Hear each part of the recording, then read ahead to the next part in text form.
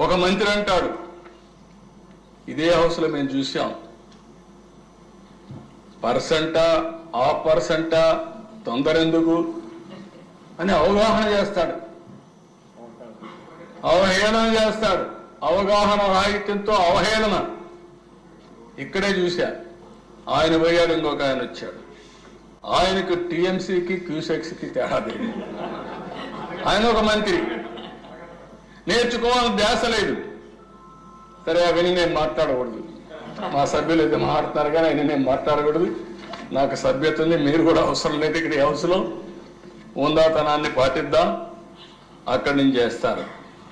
కడాన దశ 16,493 కోట్ల రూపాయలు అడుగు ఖర్చు పెడితే వీళ్ళు వచ్చిన తర్వాత 4,900 కోట్లు ఖర్చు పెట్టారు. పోలవరం పూర్తయింట దశ 194 టీఎంసీ నీళ్లు మనం పొదుపు చేసుకునేవాళ్ళం, రిజర్వాయర్లో నీళ్లు నింపేవాళ్ళం. దీనివల్ల దిశ ఫ్లడ్ వాటర్ కూడా మనకి ఎక్కువ ఫ్లడ్ వాటర్ని డైవర్ట్ చేసుకునేవాళ్ళం. ఈరోజు ఫ్లడ్ సీజన్లో దగ్గర కృష్ణా డెల్టాకే 100 టీఎంసీ నీళ్లు, రేపు రాబోయే రోజుల్లో ఇంకా ఎక్కువ నీళ్లు తీసుకొచ్చి Krishna delta, eastern delta, western delta రెండు కూడా ఇదవుతుంది.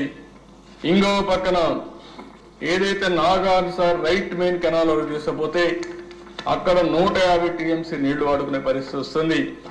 రాయలసీమకు తీసుకపోతే ఇంకన్ని రిజర్వాయర్లో నీళ్లు పెట్టుకునే పరిస్థితి వస్తున్న దిశ. ఆ విషయాలు నేను వస్తాను.